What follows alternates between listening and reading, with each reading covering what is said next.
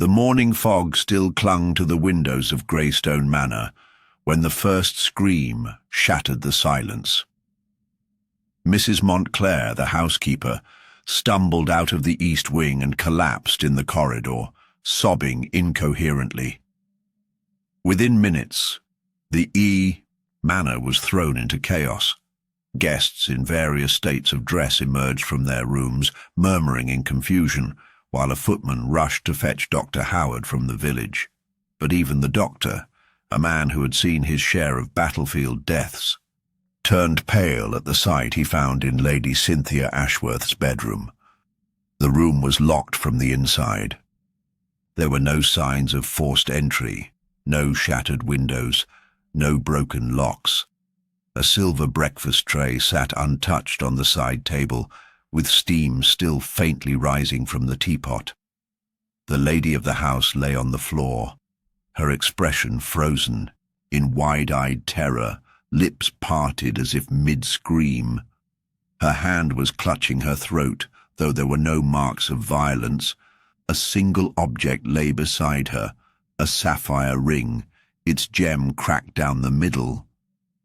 No one could explain how the ring got there. Lady Cynthia was never seen without it. It had been in the family for generations, rumoured to carry a curse. But it was said to never leave her hand, not even in sleep. The mystery deepened with every passing hour. The local constable arrived and, after examining the scene and questioning the household, declared it a tragic but natural death. Perhaps a heart attack brought on by fright. But fright of what? The door had been locked, the windows bolted, the fire still crackling gently in the hearth. There was no one else in the room. No footprints in the soft rug except her own, no sign of struggle. And yet something about her expression unsettled even the most rational minds. Sir Lionel Ashworth, Cynthia's husband, was inconsolable but also oddly reticent. When asked whether his wife had enemies or had complained of anything strange, he dismissed the idea. "Nonsense," he muttered. "Just old family legends. We mustn't feed the hysteria." Yet several guests recalled Cynthia growing increasingly agitated in recent days, often staring into mirrors for long minutes, whispering to herself, or clutching her hand as if it burned. None had dared mention it before. Lady Cynthia was not one to welcome concern. What caught everyone's attention most, however, was the ring. The crack in the gem was clean and sudden, not from a fall. And though her hand had once worn it, now it sat beside her, carefully placed. Not dropped. Not flung. Placed. A detail the constable had overlooked but which nagged at the minds of those who truly observed. It was the family's butler, Mr. Harwood, who discreetly and with a whisper of uncertainty wrote to Miss Jane Marple. He had heard of her from a cousin in St. Mary Mead, who had once mentioned her peculiar knack for solving puzzles the police couldn't touch, and something in Harwood's bones told him this wasn't just a case of death in the night. Miss Marple arrived 2 days later, quietly and without ceremony. She said little, took tea in the drawing-room, and listened more than she spoke. The other guests had remained at Greystone at the request of the coroner, pending further inquiry. Among them were Lady Cynthia's niece Alice, a reserved young woman with quick eyes and tight lips. Reverend Pym, an old family friend with a strange fondness for the occult. Miss Fairchild, a painter from London who had been staying for inspiration. And Mr. Edmund Blake, a charming antiques dealer who had once tried to purchase the sapphire ring but was turned down flat. Miss Marple asked to see the bedroom first. She studied the position of the furniture, the half-sipped tea, the door lock, the windows. She noticed the scent of lavender, but also the faintest whiff of something else. something chemical and sharp beneath the perfume. She observed the cracked sapphire ring, its deep blue surface now marred with a jagged fault line, and the slight depression in the carpet where it had been deliberately placed. There were little things, always the little things, that seemed off. The slippers slightly misaligned under the bed, a faint smudge on the glass of the picture frame above the mantel, a silk scarf tucked oddly into the corner of a dresser drawer.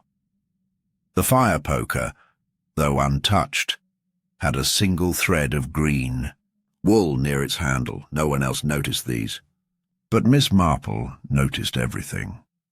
At dinner that evening, conversation drifted, as it always did, to the ring. Miss Fairchild remarked that such a gem must be worth a fortune. Mr. Blake scoffed and said the real value was in the story, not the stone. Alice, looking unusually pale, said nothing. Reverend Pym, in a voice thick with gravity, spoke of a passage in Leviticus and warned against handling cursed objects. It was enough for Miss Marple to request one peculiar thing before retiring. She asked for a basin of warm water and privately cleaned the sapphire ring with lemon and salt. By morning, the crack was unchanged, but the setting had revealed something startling, a barely visible engraving inside the band. Letters too small for the naked eye, but unmistakable under a magnifying glass. V.O. The next morning, Harwood met her at the breakfast table, flustered. "Miss Marple, a note was slipped under my door. No name, just this." It read, "You're meddling where you shouldn't. Leave before it claims you too." She folded the paper, tucked it into her handbag and smiled faintly. "Now that," she said, "is very helpful indeed." By midday, a second shock arrived. The manor's maid, Elsie, went missing. Her room untouched, her belongings left behind. No one had seen her since the evening prior. Another locked door, this time with no body, just an empty bed and an open window, though the ivy outside remained unbroken. A sapphire hairpin, oddly similar to the ring's design, lay on her pillow. The constable was called again. Panic bloomed in whispers. Some spoke openly of the curse now. Others claimed they saw a pale light in the halls during the night. But Miss Marple remained calm. She sat beneath the rose arbor that afternoon and asked for a list of everyone who had access to the ring in the past week. She also asked for the contents of Lady Cynthia's herbal cabinet, and she requested a quiet word with Alice. That conversation lasted only 5 minutes, and when it ended, Miss Marple simply patted the girl's hand and asked her to keep her door locked that night. The case that had seemed like a tragedy was now something else entirely. It was no longer just a mystery of how Lady Cynthia died, or why a sapphire cracked in silence, but of who moved so carefully, so precisely, behind the scenes, and why, in a house full of people, only one person seemed to be pulling the strings with near-invisible fingers. Miss Marple, with her soft voice and sharper mind, had already begun unraveling the first layer. What she needed now was to see who would strike again, and whether the curse was real or merely the perfect illusion. Miss Marple did not sleep much that night. As the manor succumbed to a strained silence, she sat by her small writing desk in the guest room, piecing through impressions like a knitter teasing out a tangled skein. She had seen enough to know the situation was not merely one of unfortunate timing or tragic coincidence. The death of Lady Cynthia, the cracked sapphire ring, the disappearance of Elsie the maid, all separate events on the surface yet bound by some unseen thread. And it was often in such threads, thin and ignored, that the truth chose to hide. The following morning began under a dull grey sky. Rain threatened, but it was the heaviness in the air inside the manor that felt more oppressive. Guests whispered over breakfast, glancing toward the vacant chair where Lady Cynthia once sat. Alice seemed particularly tense, her hands never quite still. Sir Lionel had withdrawn further, giving clipped answers and avoiding conversation altogether. Mr. Blake appeared indifferent, commenting absently on the weather. Miss Fairchild had bags beneath her eyes and murmured something about a nightmare. But it was Reverend Pym who caught Miss Marple's attention. He had spent the early hours alone in the library, poring over a volume of theological texts. When she passed by, he had quickly shut the book and offered her a smile too smooth to be sincere. After breakfast, the authorities arrived. A detective, inspector from the county, a man named Graves, stern and practical, flanked by two uniformed officers. He made polite introductions, reviewed the previous notes, and assured everyone that the missing maid would be found and the matter investigated thoroughly. To the guests, his arrival brought a sliver of comfort. To Miss Marple, it brought an opportunity. While Graves began his interviews, Miss Marple requested permission to examine Lady Cynthia's room once more. "Just a few observations, nothing more," she said with her usual gentle tone. With a shrug, Graves allowed it. "So long as you don't touch anything, not that there's much to disturb. No sign of foul play." She nodded, then quietly entered the room. The air had grown stale overnight. The fireplace had gone cold. She looked again at the breakfast tray, at the door that locked from the inside, and then at the rug near the dresser. She knelt, examining a faint indentation, a heel mark perhaps, just outside the line of Cynthia's usual movement. Someone had been there recently, but not necessarily her. She rose slowly, her eyes scanning the windowsill. A thin line of dust was broken by something that had been placed there and removed. Perhaps a small box or trinket, something no longer in the room. Then her gaze caught the corner of the room where the armoire stood. Its left door had always creaked slightly when opened, a detail only someone familiar with the room might know.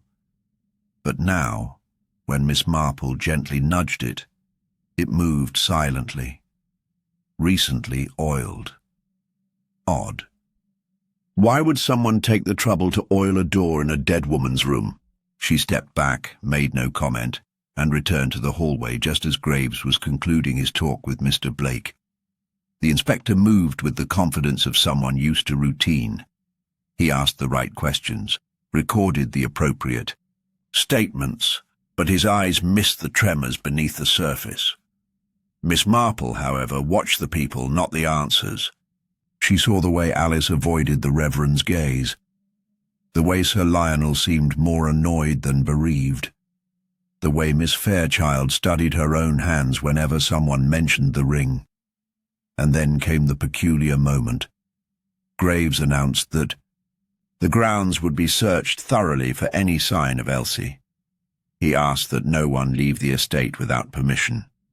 As the guests murmured agreement, Miss Marple noticed something fall from Alice's sleeve. A scrap of blue velvet, barely the size of a postage stamp. She retrieved it gently and returned it to the girl with a quiet, "Dear, you dropped something." Alice's face went pale. "Thank you," she whispered, then stuffed it into her pocket and walked away, quickening her pace. Miss Marple did not press her. Not yet. But she made a mental note.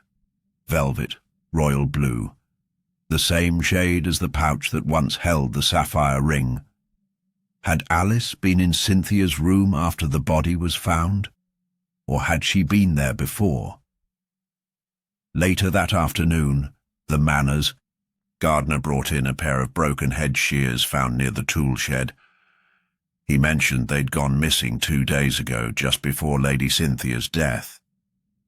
They were found behind a stack of old crates, covered in fresh mud. Graves barely looked up from his notes. Unrelated, probably misplaced by one of the groundsmen, he said. But Miss Marple saw the nick on the handle, a thin streak of green wool. Her mind returned to the thread she'd seen near the fire poker, the same shade.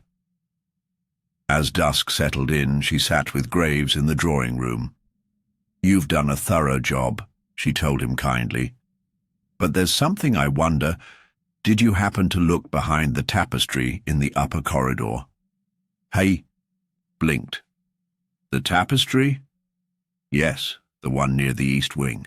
Old family crest, if I'm not mistaken." He shook his head. "No reason to. Why?" Miss Marple smiled faintly. "Just a feeling, Inspector. Things are often hidden behind what looks decorative." He sent a constable to check. 15 minutes later, the man returned with something wrapped in cloth. Inside was a small wooden box, plain but recently dusted. Inside the box was a torn page from a diary and a dried sprig of hemlock. Miss Marple read the first line of the page aloud.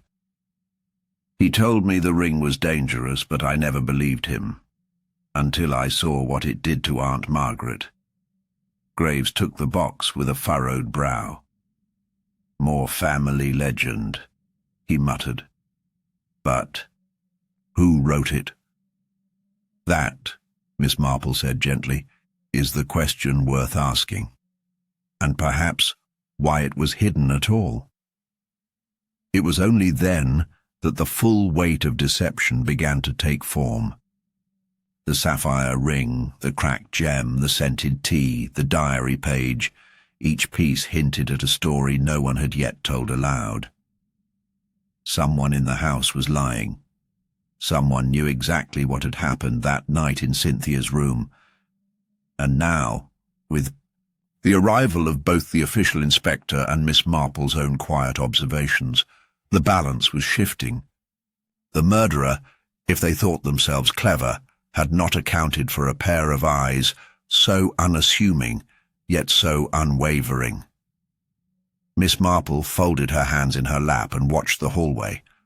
Soon someone would panic, someone would act. All she needed to do now was wait for them to make the wrong move. By the following morning, Inspector Graves had assembled everyone in the drawing room for a formal round of interviews. The weight of unease hung in the air like fog. Chairs shifted, throats were cleared, and teacups trembled slightly in their saucers. Miss Marple sat quietly near the window, knitting in her lap, but eyes always watching, always listening. While Graves handled the questioning, she noted the subtleties, a change in voice, a hesitation, a glance that lingered too long in the wrong direction. The first to speak was Reverend Pym. His voice was calm, reverent, and filled with the kind of dramatic flair one might expect from a man who delivered sermons for a living. He said he'd gone to the library just after 9 that night to read. He mentioned hearing a door close down the east wing corridor and assumed it was Lady Cynthia retiring early. He claimed to have heard nothing further until Mrs. Montclair's scream the following morning. "The Lord moves in mysterious ways," he added solemnly, folding his hands as if in prayer. But Miss Marple noticed how he avoided looking at the fireplace where the sapphire ring had last been placed, and how his thumb rubbed his other hand constantly, not a habit, but a gesture of nervousness masked by piety. Next was Alice, who appeared pale and composed, though her hands never stopped fidgeting with the sleeve of her cardigan. She spoke with carefully chosen words. stating that she had stayed in her room that evening, working on correspondence. "I heard footsteps in the corridor around midnight," she said, "but I assumed it was Elsie." When asked whether she and Lady Cynthia had argued recently, Alice replied softly, "Not argued. We had differences. She was protective of the ring, and I merely questioned whether keeping such a thing was wise." Her voice trembled at the last word. It was enough to be noticed. Miss Marple caught the way she pressed her lips afterward, as if regretting letting that much slip. Sir Lionel was brief and curt. His irritation was thinly veiled beneath the surface of grief. "I was asleep before 10. I had no reason to check on Cynthia. She often kept to herself. We were not demonstrative." He declined to elaborate. But when Graves asked if the ring had any recent valuations or inquiries from buyers, Lionel's eyes narrowed. "If this is about that antiques man, I already told you I refused the offer. Cynthia wanted it to remain in the family." A little too forceful, Miss Marple thought.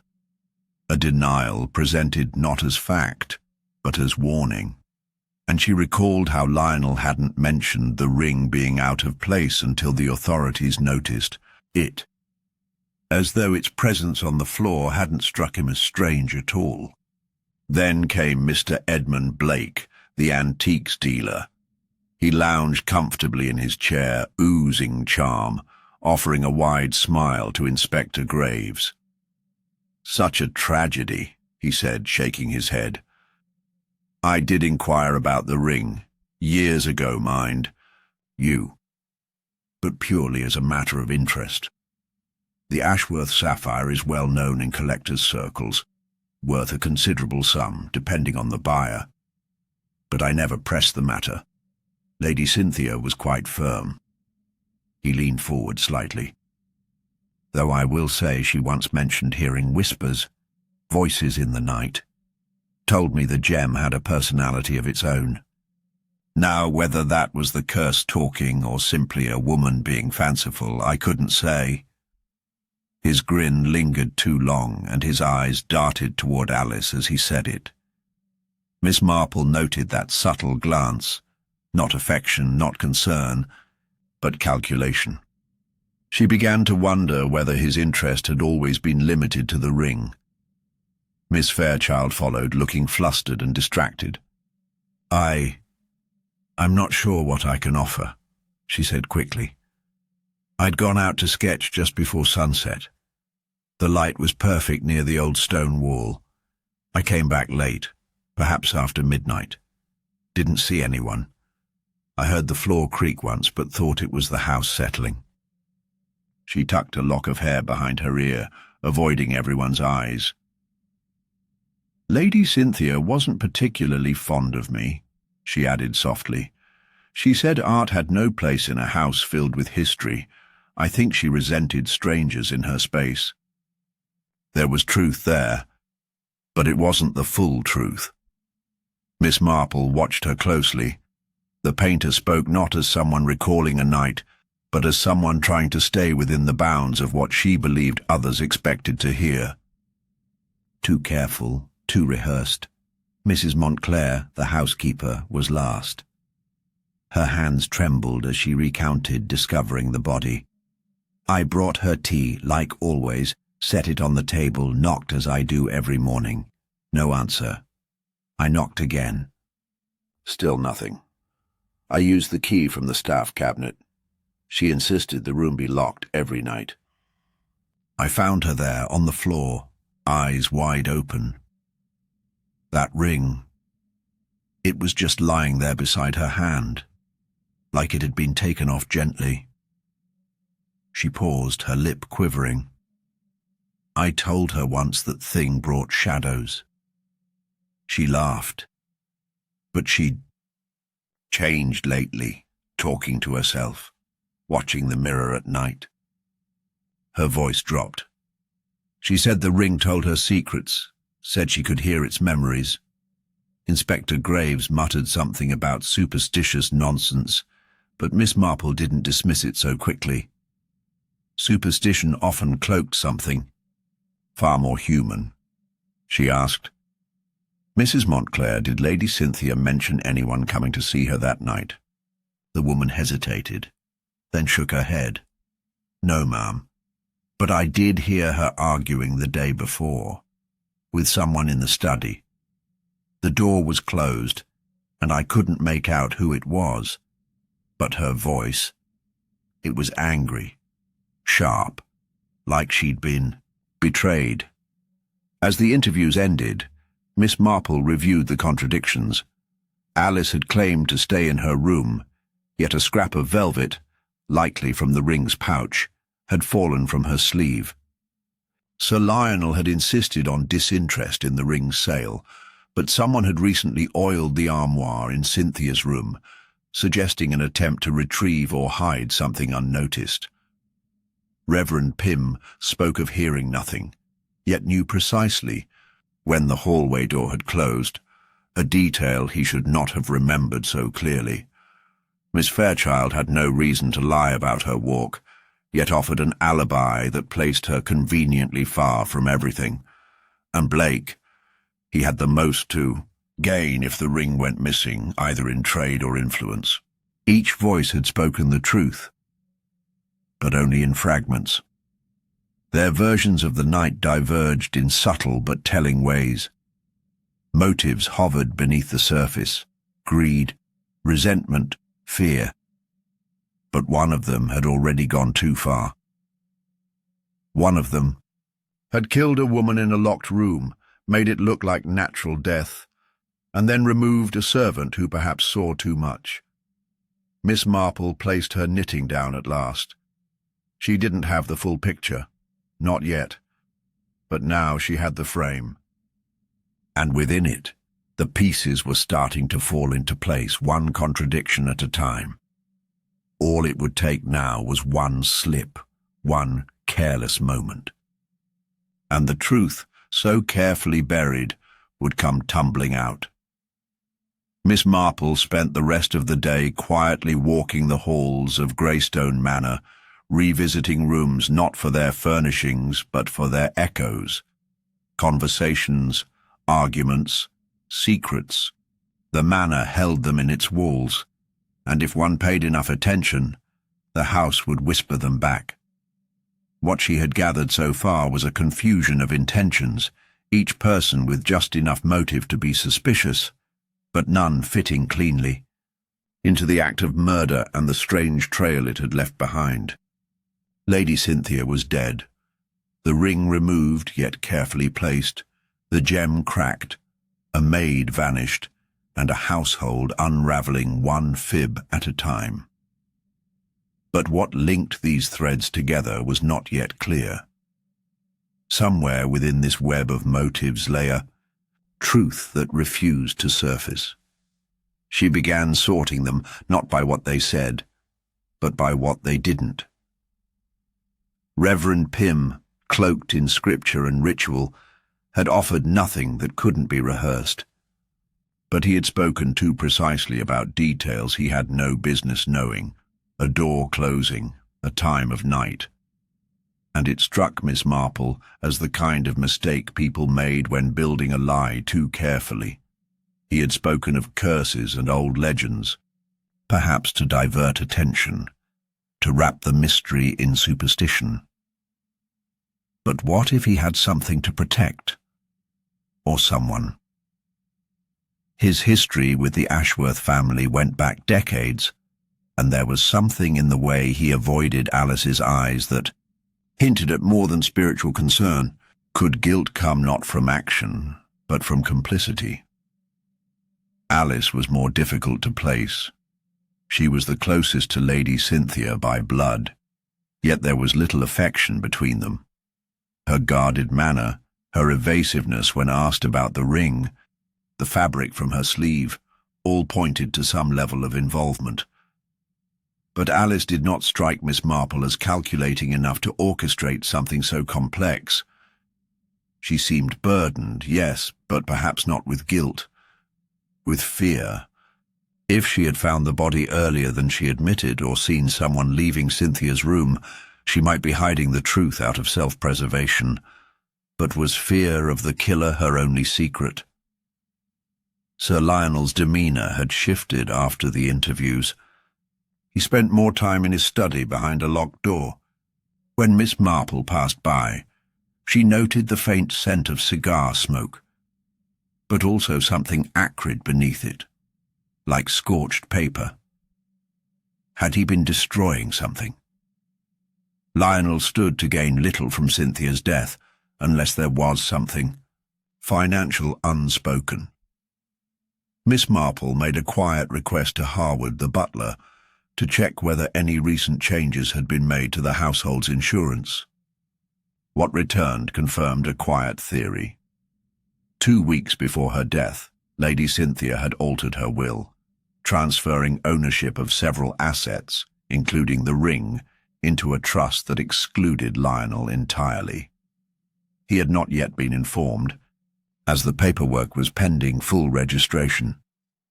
That detail Miss Marple kept to herself, for now. Mr. Blake, the antiques dealer, remained as slick as oil, never rattled, always conveniently ignorant of the more damning details. His connection to the ring was known, his interest unabated.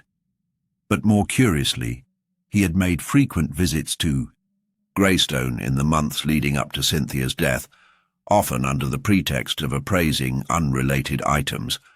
Miss Marple asked Harwood to retrieve the guest log, and there it was. 6 visits in the past 3 months, more than any prior year. And oddly, 2 of those visits aligned with times Cynthia had reportedly fallen ill. Could it be that Blake had been poisoning her slowly, using superstition as a cover for decay? If so, to what end? To frighten her into parting with the ring? Or something more sinister? Miss Fairchild's role remained peripheral but peculiar. She had no direct motive, no claim to the ring or estate, but she had spent much of her time wandering the estate, sketching rooms, corridors, and, notably, people. Miss Marple asked to see her sketchbook under the pretense of admiration, and found something curious: a series of quick, loose portraits of Alice, Reverend Pym, and Blake. But in each, there was something slightly off: the angle, the pose, a positioning that suggested she had observed them in moments when they believed they were alone. One sketch showed Alice standing by the study door, hand raised as if reaching for the handle. Another showed Blake and Pym talking in the orchard path, deep in conversation. Fairchild claimed inspiration, but Miss Marple saw documentation. Was she an observer by nature, or had she been keeping visual records for another reason? The motives began to tangle. Blake driven by greed, Lionel by betrayal and loss of control, Alice perhaps by fear and guilt, Pym through misguided protection or shame, Fairchild, an outsider yet unusually aware. But one detail still refused to settle: the disappearance of Elsie, the maid.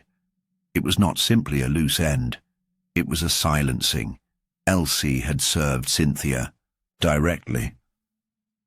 She would have seen things, heard things. If Cynthia had been poisoned, if someone had entered her room that night, Elsie would likely know. Her vanishing so clean and sudden could not be coincidence. Miss Marple reviewed the servants' quarters and noted a faint trail of soil along the hallway near the rear entrance. She traced it to the kitchen, where a pair of muddy boots had been placed behind the door, too small to belong to any man in the house, a woman's size. And beside them, in the waste bin, a discarded scarf, green wool, with a loose thread missing. Miss Marple remembered the same thread caught on the fireplace poker. She held the scarf in her hand and returned to her room. The web was no longer abstract. It was woven now tightly, with intent. The scarf had likely belonged to the one who staged Cynthia's room. If it was Elsie's, then she had either confronted the killer and was removed, or she had helped, staged the scene herself. But if it wasn't hers... That night, Miss Marple did not sleep. She waited, watching from her door, barely open, eyes on the corridor. And just past midnight, someone moved. A shadow, delicate and quiet, slipped from the east wing and crossed toward the stairwell. Miss Marple rose and followed. No sound, no words. Just movement. Down the stairs, past the study, through the rear hallway and into the garden. There, near the orchard wall, the figure knelt and began to dig at the base of the rosebush. Miss Marple stepped into the moonlight. Alice froze, dirt on. Her hands, breath quick and shallow. Miss Marple's voice was soft. Looking for something? Or hiding it? Alice didn't answer at first. Then slowly, she opened the small parcel she had retrieved from the earth. Inside was a sapphire hairpin, identical in design to the ring. And beside it, a note, water-stained and blurred, but legible. I saw what you did. If you say a word, I'll tell them everything. Alice began to cry. The motive was no longer a mystery, but the truth, the full truth, was still just beyond reach. By morning, Inspector Graves was informed of the discovery. Alice, pale and shaken, sat in the drawing-room beside Miss Marple, her fingers clasped tightly in her lap, a smudge of dirt still under her nails. She had not slept. The note and the sapphire hairpin were now in Graves's possession, and to the inspector it was the conclusion he'd been waiting for. A confession wrapped in fear, a clue buried in the earth, a blackmail note from a maid who had clearly known too much. He wasted no time gathering the household. Standing stiffly before them, he declared the case solved. Miss Alice Ashworth will not be arrested, he announced, but she will remain under supervision. Pending further inquiry, it is clear she had contact with the missing maid and withheld knowledge about her whereabouts. We now believe Elsie was blackmailing her over a confrontation in Lady Cynthia's room. The stress led to poor judgment, perhaps even to a cover-up. Lady Cynthia's death remains listed as heart failure. There will be no inquest. There were murmurs, a few relieved sighs. Sir Lionel said nothing, but his jaw tightened. Reverend Pym closed his eyes and muttered something that sounded like a prayer. Miss Fairchild avoided everyone's gaze. Mr. Blake smirked faintly, as though the whole affair had been a tedious game finally put to rest. But Miss Marple did not clap or nod in agreement. She simply looked at the floor, her expression unreadable, and slowly folded her knitting into her handbag. She had watched Alice all morning, the way she breathed, the way her voice cracked only when recalling the night, the helplessness of her posture. Alice had found the buried item. That was certain. But the idea that she had buried it herself didn't sit comfortably in Miss Marple's mind. The evidence was too neat, too timely, as if left there for someone to find. Later that day, Miss Marple sat alone with Alice again. The girl had said little since the announcement. But when asked softly, "Did you dig it up because you knew it was there?" she didn't respond. Only a long silence. And then, "No," she whispered. "I saw someone come out during the night, 2 nights ago. I thought it was a dream. I didn't tell anyone because I didn't want to be dragged into it. But when I went to the garden, something told me where to look." She hesitated, and when I saw what was in the ground, I panicked. I didn't even know the pin existed. I thought they would think it was mine." Miss Marple took her hand gently. "Fear makes us foolish, child. But truth is patient." Alice looked up. "Do you think Elsie's dead?" "I think someone wants us to believe she ran away, and that someone wants us to stop asking why." As the house relaxed into a false sense of resolution, Miss Marple resumed her quiet investigations. She requested access to Lady Cynthia's jewellery inventory. It was a small request easily granted by Harwood, the butler, who had always been fond of her methods. The records showed the sapphire ring, the hairpin, and a pendant, all inherited from her grandmother. But something odd emerged. The pendant had not been seen in over a year. No note of it being gifted or sold, just missing. Harwood confirmed this. "She stopped wearing it last spring," he said. "Said it brought headaches." Miss Marple nodded. "But she never claimed it was lost." "No, ma'am.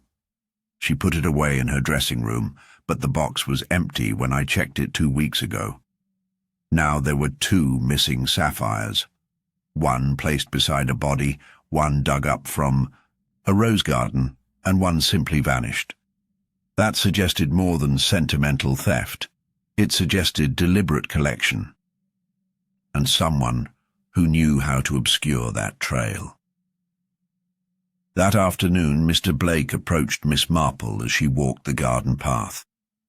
"Must be satisfying to see it wrapped up," he said, hands in his pockets. "I dare say I didn't expect Alice to be involved." "She wasn't," Miss Marple replied without looking at him. He tilted his head. "You're not convinced? Are you?" He gave a small chuckle. "I don't concern myself with the dead, Miss Marple. Only with what remains valuable." Her gaze turned to him then, clear and direct. "That's precisely what concerns me." He smiled politely, but the corner of his mouth twitched. She watched him walk back toward the house, his polished shoes crunching lightly on the gravel. It was the first time she'd seen him unnerved. That night, Miss Marple examined the sketchbook again. She returned to the page showing Blake and Reverend Pym speaking together in the orchard. Something new caught her eye. Not the posture or the expressions, but the background. Just behind them, barely noticeable, was a small corner of a window. And in that window, a curtain half drawn, the outline of a woman's figure, slender, in uniform. Elsie. She had been watching them. Perhaps she had overheard something. Perhaps what she heard had sealed her fate. Miss Marple knocked on Reverend Pym's door the next morning. "I wonder, Reverend," she said gently, "when did you last speak to Mr. Blake privately?" He blinked. "Oh, I believe it was the evening of Lady Cynthia's death. We passed one another in the orchard. And before that, we'd had a brief conversation that morning. About the ring, I believe. He said it held a history." "Indeed it does," Miss Marple said, and then left him standing with a faint tremor in his expression. She walked to the study next, and stood before Sir Lionel, who had remained in isolation since the so-called resolution. "You knew about the will, didn't you?" she asked. He looked up sharply. "No one told me." "But you had a key to her private desk. She was changing everything, removing you from the estate. You weren't just losing a wife, you were losing your legacy." His eyes narrowed. "I didn't kill her, no," Miss Marple said calmly, "but you knew someone who would." He said nothing more. Miss Marple returned to her room, mind sorting through every moment. The case had not been solved. It had only been misdirected. And whoever had staged the garden clue, the note, the hairpin, had done so knowing exactly what it would provoke. Alice would be discredited, the case would be closed, and someone would remain free, perhaps holding the third missing sapphire, perhaps already planning the next step. Miss Marple sat down and began to write. Not to the authorities, but to someone else. Someone who had once written to her from Paris about a forger who used gemstones to fund disappearances. She described the cracked ring, the vanished pendant, and the girl who had seen something through a window and was now missing. As she sealed the envelope, she heard the quiet creak of the manor's front door. Someone was leaving. Someone thought the curtain had fallen. But Miss Marple knew better.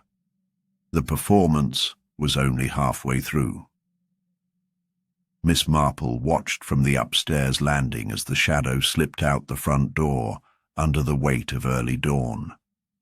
The figure was quick and silent, carrying nothing visible, yet moving with purpose. She didn't need to see the face to know it was Mr. Blake. There was an urgency to his stride, a confidence only shown by a man who believed he'd navigated past the final threat. But in that moment, Miss Marple's mind had already left the present. Something had shifted. Not in the evidence, but in her memory.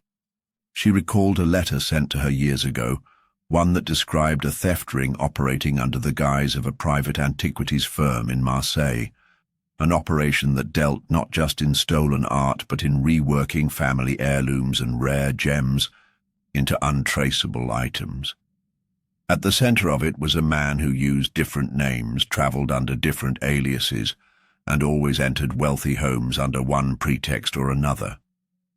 That man had gone by Blake once before. The thought struck her hard and fast. The ring, the pendant, the hairpin, all distinct but belonging to a match set from the same ancestral line. 3 sapphires, each with ornate Edwardian settings unique to the Ashworth family, crafted by a little-known artisan whose mark, V.O., had been etched inside the ring. Miss Marple now realized that the ring's cracked gem was not the result of wear or even malice, but of tampering. Someone had attempted to remove or replace the sapphire and damaged it in the process. That mistake had forced their hand. Cynthia, perhaps noticing the flaw, had likely demanded an explanation. The confrontation may have escalated. But this was no spontaneous crime born of greed. This was a plan in motion long before her death. She descended the stairs and requested Harwood bring her all the estate's older guest registries. Not the past few months, but the previous years even, a decade back. He obliged, returning with dust-covered books from the storage room near the cellar. She flipped through them methodically, her eyes scanning not for names she knew, but for patterns. Mr. Blake had signed in under his usual name in recent months, but 6 years ago a man named Edward Bain had visited twice. A year later, Elias Black. The handwriting, elegant, precise, was the same each time, a flourish in the capital E, a loop in the lowercase b. She had no doubt. He had been laying groundwork for years. But Blake hadn't acted alone. No outsider, no matter how clever, could have accessed Cynthia's dressing room, nor known where the heirlooms were kept without help. Miss Marple returned to the sketchbook Miss Fairchild had unwittingly turned into a ledger of secrets. She examined the earlier pages again, this time less for who was being drawn, and more for what surrounded them. One sketch showed Pym and Blake near the orchard wall that she'd already noted, but another showed Reverend Pym alone, seated near the summer house, writing in a journal. In the corner, almost hidden behind shading, was Miss Fairchild herself, watching from behind the hedge. It wasn't her style to insert herself into a sketch, unless she hadn't meant to, unless it was a copy of something else, a recreation, which meant she had seen more than she admitted. Miss Marple found her in the drawing room, staring out the window, seemingly lost in thought. "Miss Fairchild," she said gently, "what exactly did you see that night?" Fairchild looked up. Slowly. "I didn't tell the truth," she admitted, not waiting to be pressed. "I saw Blake and Pym speaking together that evening, not just passing by. It was deliberate.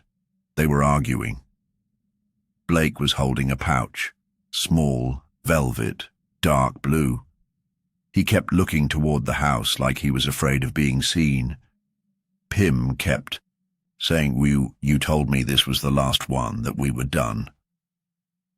I didn't understand it at the time. I thought it was about money. Then later, I saw Blake coming from the direction of Cynthia's wing, alone.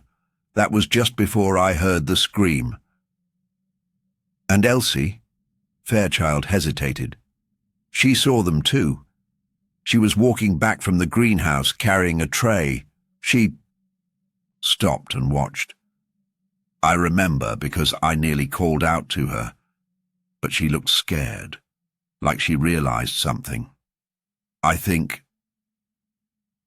she was going to say something to Cynthia.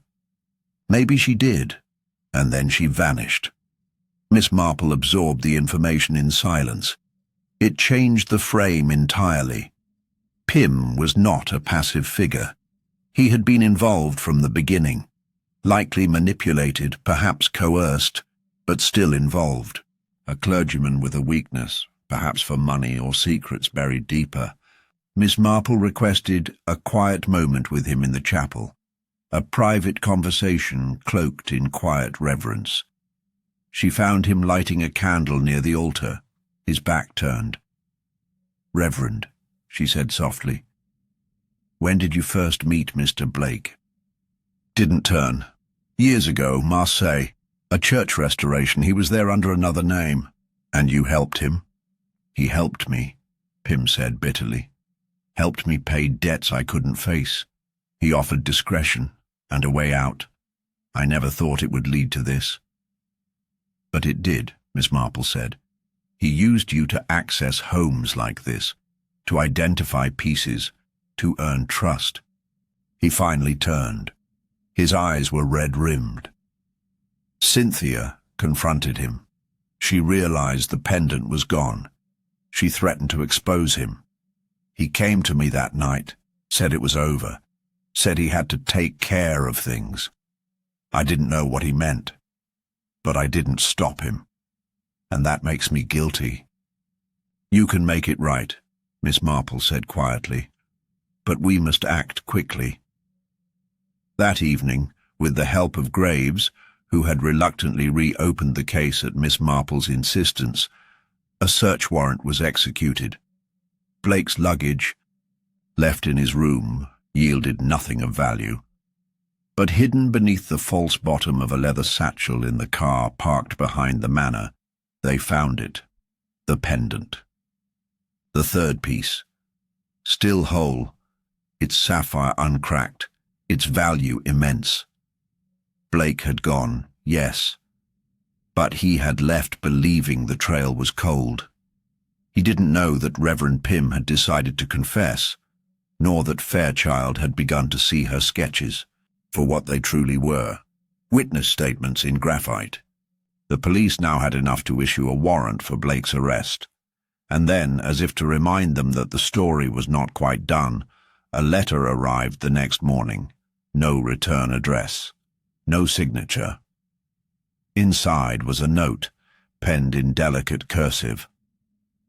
"She's not dead, but if you follow me, she will be. You have what you wanted. Let it end here." Miss Marple read the words twice. Elsie was alive, and the real end had yet to come. Miss Marple read the anonymous letter again, her brow furrowed not with panic, but precision. The message was crafted with a strange confidence, bore the rhythm of someone who believed they were in control, who thought a single threat could end pursuit. But it also revealed something unintended. If Elsie were alive, the threat of discovery was still real, which meant the operation, the thefts, the disappearances, the manipulation, was unfinished. Whoever had written it hadn't vanished in triumph. They were still nearby, still watching. She folded the note and returned it to her handbag without a word. Inspector Graves, standing nearby, looked anxious. "We've contacted the ports. Blake's name is on alert. His real one, too. Edward. Bain. We'll catch him." "I imagine you will," Miss Marple said. "But Blake was never the only problem. There is still someone here. Someone tying up loose ends." Graves frowned. "You're suggesting more than an accomplice?" "I'm suggesting a second stage," she said calmly. "Theft was only the beginning. What happens when you steal from the wrong person? You must erase the theft." She returned to the drawing room, where the atmosphere remained brittle and rehearsed. Sir Lionel sat with a brandy, as he had every evening since Cynthia's death, refusing to speak unless spoken to. Miss Fairchild was absent, sketching again, no doubt, and Reverend Pym had secluded himself in the chapel, avoiding judgment more than prayer. Only Alice sat in the corner, her shoulders hunched, a book in her lap, but her eyes never moving. Across the page, Miss Marple walked over to the grand piano, its lid shut and untouched. She opened it gently, letting her fingers drift across the keys with a soft, unpracticed stroke. A simple melody followed, a lullaby, played haltingly but with clear intent. Most in the room took no notice, but Alice looked up immediately. "Miss," Marple smiled without turning. "My sister used to play this for me when I was very small. I hadn't heard it in years. Funny how some things sit quietly in the mind until the right key is struck." Alice stood slowly, her voice quiet. "That's called the Mourner's Waltz. My aunt used to hum it in the winter, said it kept the sadness from creeping too far in. Music does that, doesn't it?" Miss Marple turned, still playing. "Takes us backward, without our consent, like certain scents or certain lies." Alice's face changed subtly. Not alarm, not guilt, something closer to regret. She approached the piano and sat beside her. "I used to play this piece for her when she was too tired to speak. She'd sit by the fire and I'd play and pretend everything was normal." Miss Marple stopped and looked at her. "Did she tell you about the pendant? That it had gone? Missing long before her death?" "No," Alice whispered. "But I noticed. I asked once. She said she'd misplaced it. Then she smiled like it didn't matter, but I think it did." Miss Marple studied her. "Did you know she planned to cut Lionel out of the will?" "I suspected. He'd been so cold. They barely spoke anymore. He was furious with her for something. I think he knew." Miss Marple nodded once, then stood. The interaction had been revealing, not because of anything Alice confessed, but because of what she didn't. She hadn't buried the hairpin. She hadn't written the note. She was no accomplice. But she was still afraid. Of whom? Miss Marple returned to her room and requested a quiet word with Graves. "I need your help," she said. "I'm going to attempt something unusual, a test, but I'll need you to play along, and I'll need access to the wine cellar." Evening. Her plan was ready. The household was invited to a final dinner in memory of Lady Cynthia, an idea presented as a show of closure, of unity after loss. Most were reluctant, but none refused. Sir Lionel dressed in full black, his cufflinks dull with age. Reverend Pym, despite his discomfort, took his seat near the foot of the table. Miss Fairchild arrived late, carrying her sketchbook. Alice came only when summoned. At the centre of the table sat a bottle of Ashworth Red, vintage, rare, unopened. Graves, per Miss Marple's request, uncorked it himself and poured for each guest. But only after Miss Marple had swapped one of the bottles in the cellar with an identical replica, an ordinary claret laced with a harmless bittering agent used in culinary demonstrations. Just enough to provoke a reaction, not enough to harm. She watched carefully as the glasses were lifted. The first sips went unnoticed. Pleasant conversation, hollow to the core, filled the space between sips, until Miss Marple lifted her glass and took a deliberate taste, then paused. "Odd," she said lightly. "This has a strange aftertaste, rather metallic, wouldn't you say?" Sir Lionel took another sip and said nothing. Alice pushed her glass aside. Pym frowned and reached for water. But Miss Fairchild stiffened. She set her glass down with a faint clink, her eyes darting. "It tastes fine to me." "Does it?" Miss Marple asked, still smiling. "I find it curious. It reminds me of something I once encountered in a different case. A vintage that had been altered. Doctored, you might say. A trick used to mask the replacement of something valuable." Fairchild said nothing. "Of course," Miss Marple continued, "it's a subtle deception. One must be confident no one notices. Much like slipping a fake jewel into a real setting. Most people only notice the setting, the weight, not the gem." Fairchild stood suddenly. "Excuse me," she muttered, turning to leave. Graves blocked her path gently. "You'll want to sit down, miss." She froze. Miss Marple's voice remained steady. "You're very talented, my dear. Your sketches are precise, too precise, not just for art, but for maps. You were watching everyone, not because you were inspired, but because you were tracking them, coordinating. That's why you were always near Blake, always observing. You weren't just an observer. You were the second pair of hands." Fairchild shook her head, her voice cracking. "You have no proof." "No," Miss Marple said softly. "But you do. In your room. Beneath the lining of your satchel. A fourth sapphire, perhaps one you took when Blake made a mistake. Perhaps one you kept to ensure you wouldn't be discarded when he left." Fairchild's face turned pale. "You weren't part of the original plan," Miss Marple said. "You joined it later. You saw Blake for what he was, and you offered him what he needed. Inside help. You knew where Cynthia kept her things. You knew when the maid would walk the grounds. You buried the pin to mislead us. You wrote the note to control the tempo. But you didn't expect anyone to tamper with the wine. You didn't expect to be tested." Graves stepped forward. "Shall we see the satchel, then?" Fairchild didn't answer. She didn't run. She simply sat back down, her face crumbling. "He said we were finished, that we just had to clean up the last bit. I thought, if she was gone, no one would question the rest. He said it would." And quietly, Miss Marple said nothing for a long moment, then quietly, "And yet here we are, noise and all."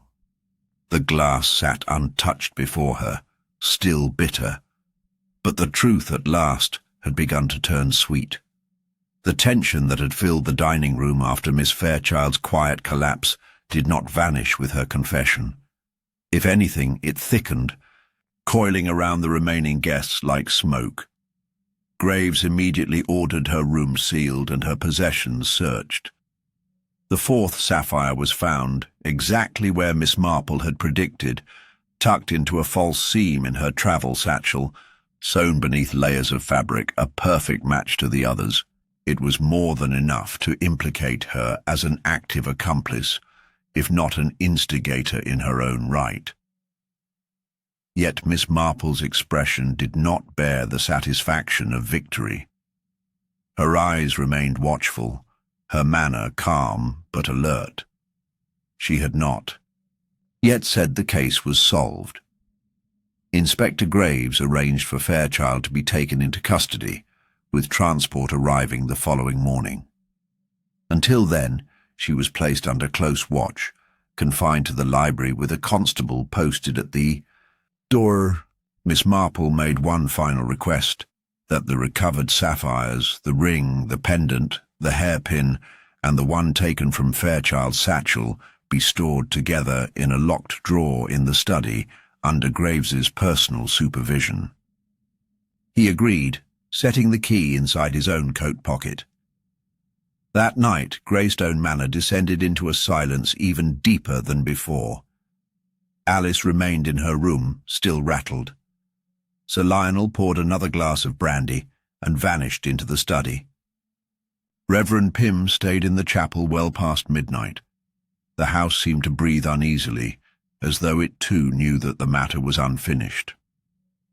Just after sunrise, the constable who had guarded the library knocked on Graves's door.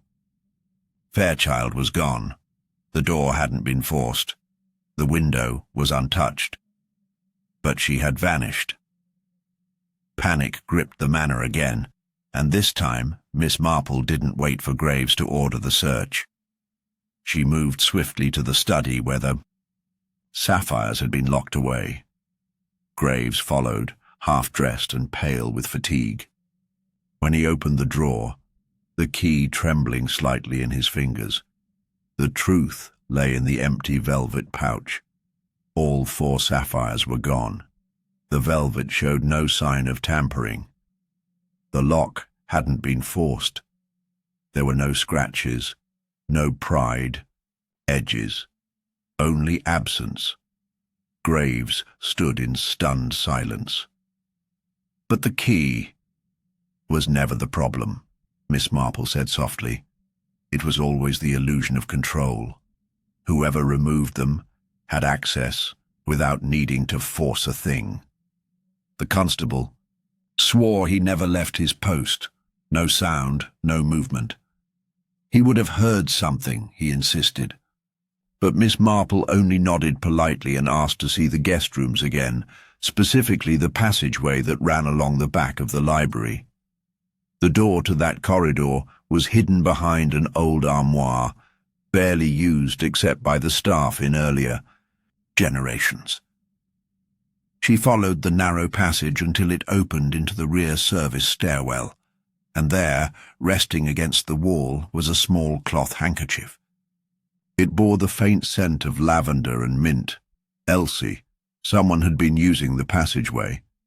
Perhaps not recently, but enough to suggest familiarity.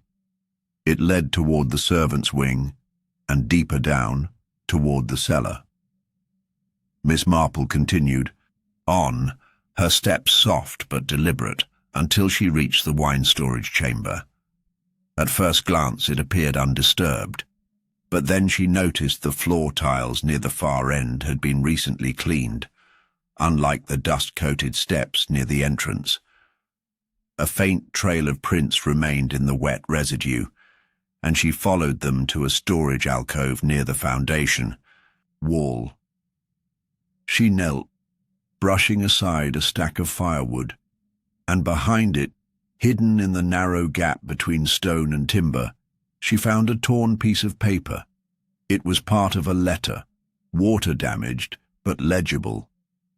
"You said once the ring was safe with her, that it was better if she never found out. But now she knows, and if she talks, we're finished. You said you'd take care of it. I trusted you. No name, no signature. But the handwriting was familiar, refined, looped with flourishes. Sir Lionel. She returned to the main floor, where Graves was interrogating the constable again. There had been no sign of forced entry, no missing keys, no indication that anyone had entered or exited Fairchild's temporary holding room. Miss Marple requested everyone be gathered once more. Sir Lionel was summoned from his study, Alice from her room. Pym arrived last, looking more gaunt than ever, his coat damp with morning dew, and Miss Marple, once all were seated, said quietly, "The sapphires are gone." But they did not walk out of the drawer on their own. There was silence, broken only by Graves's gritted voice. "You're saying someone here took them?" "I'm saying someone never intended them to remain." She looked at Sir Lionel. "You wrote a letter to Cynthia. It wasn't affectionate. It was full of anger. You feared she would expose something." His face darkened. "I wrote many letters to my wife. She was difficult. This one," Miss Marple said gently, "spoke of trust, of handling things, of her not needing to find out." He didn't answer. Graves stepped closer. "Sir Lionel, where were you last night after you left the drawing room?" "I retired to the study. I read. I drank. I fell asleep in the chair." "Miss," Marple's voice remained steady, "did you use the back corridor? You knew it well, and you had access to the study key." "You were the one who placed the sapphires there." "That's absurd," he snapped. "But you didn't act alone. You never have. You've always needed others to do the difficult things. You let Blake and Fairchild do the theft. You let Pym conceal the warning signs. And now you've done what you've always done, tried to erase the evidence. You didn't know Fairchild would confess. You only knew she was inconvenient, so you made her disappear too." A long silence followed. Alice rose slowly, her voice shaking. "Is she dead?" Miss Marple's answer was quiet.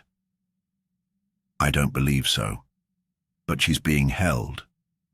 Somewhere only someone with knowledge of the estate could reach." Graves stepped forward. "We'll search the manor, every inch." But Miss Marple stopped him. "You'll find her. But the sapphires are already gone, likely sent with a courier before dawn. Sir Lionel has contacts, quiet ones. He's done this before. His name was never on the registry, but his fingerprints were all over the plan." Graves turned to Lionel. "You'll need to come with me." Lionel didn't resist. He simply lowered his head and muttered, "She was tearing everything apart." Miss Marple watched him go. But she knew this wasn't over. The sapphires were gone. The final player had been exposed. But somewhere, Elsie remained hidden, and a voice still needed to be heard. The arrest of Sir Lionel sent ripples through Greystone Manor. No one spoke openly, but a tense hush followed every footstep, every glance down a hallway. With Blake missing, Fairchild vanished, and the sapphires gone, it seemed the threads had frayed too far for anyone to hold. Yet Miss Marple remained still, composed, quietly stitching together the final parts of the story in her mind. Something had always felt incomplete about the arc of the crime, the neatness of the motive, the convenience of the scapegoats. Lionel may have orchestrated theft and cover-up, but murder was something else. It required panic or calculation. And Cynthia had been neither robbed nor silenced in haste. She had been silenced with purpose. Late that afternoon, as rain lashed against the windows and the staff retreated to their corners, a scream broke the monotony. It came from the chapel. Graves and Marple reached it together, the doors swinging. Inward, with a creak. Inside, Reverend Pym was slumped against the altar, blood trailing from his shoulder. A candlestick lay nearby, tipped and cracked. The back of his robe was torn and his face pale as snow.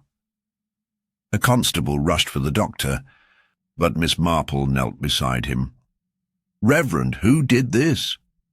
Pym tried to speak, but only a breath came out. He pointed weakly toward the vestry before closing his eyes. The door to the vestry was unlocked. Inside, the room was ransacked. Drawers open, scrolls scattered, pages torn from hymnals.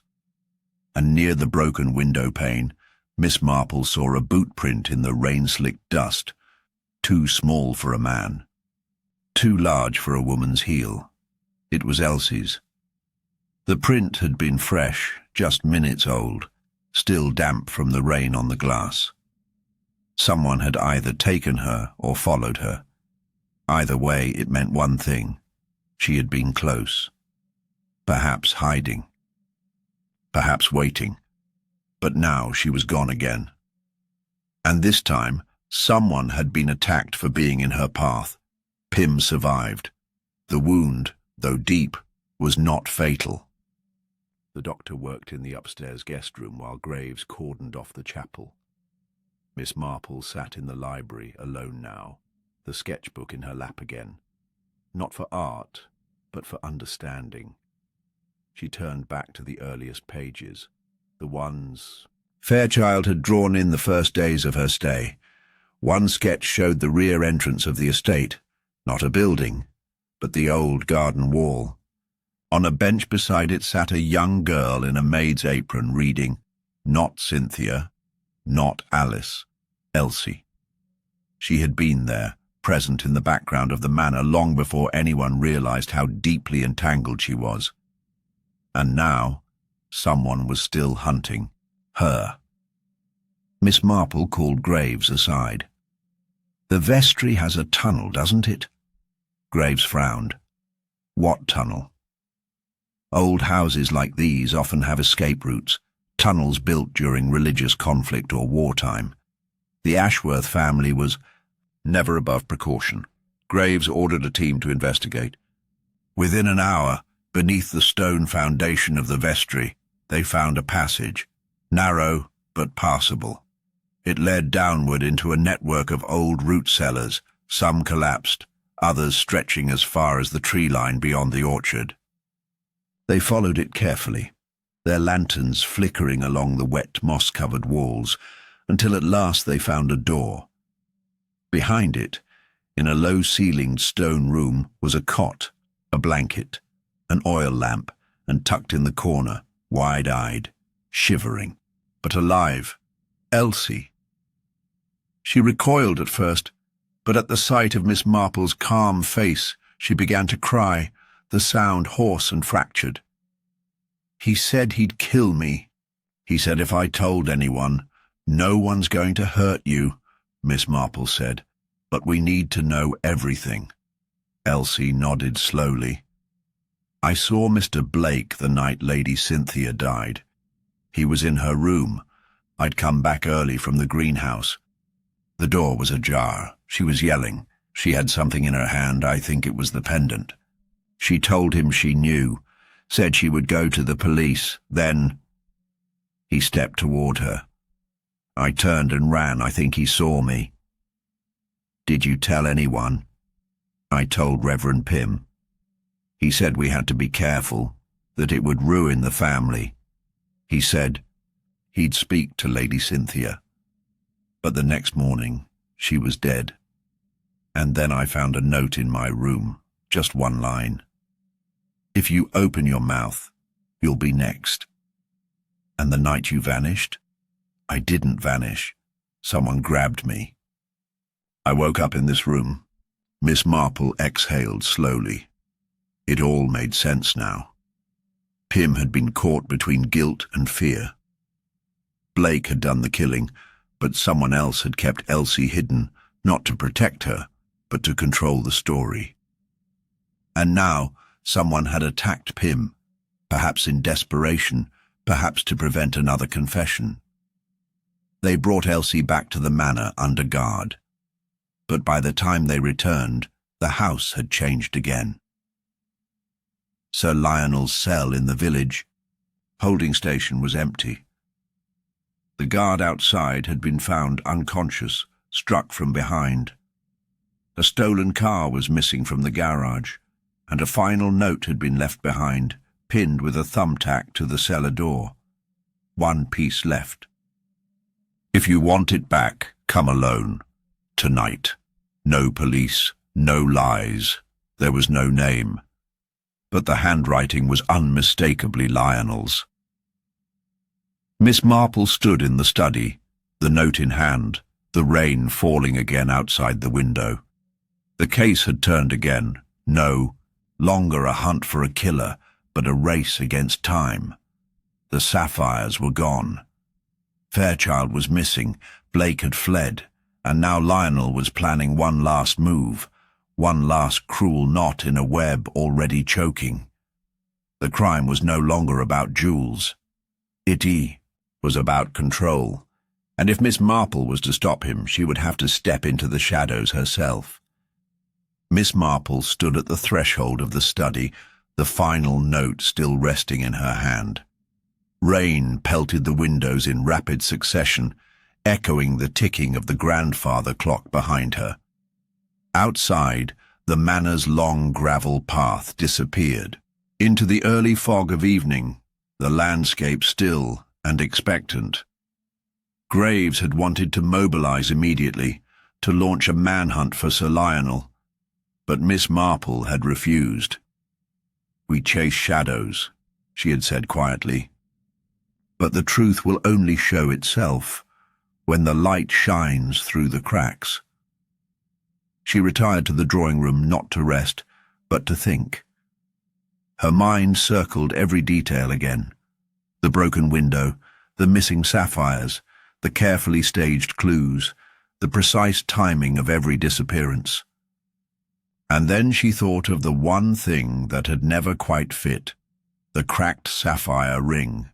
Not stolen, not hidden, just left behind, gently placed beside Lady Cynthia's lifeless hand. Why?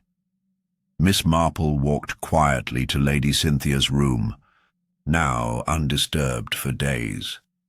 The furniture stood like sentinels around her empty presence. The tea set remained, cleaned, but still in its original arrangement. The sheets had not been touched.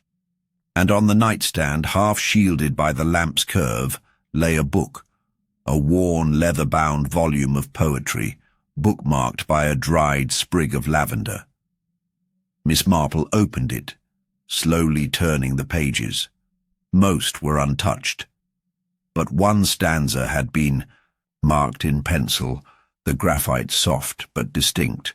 "They say a jewel may outlast the hand that wears it, but the secret it carries dies with the heart."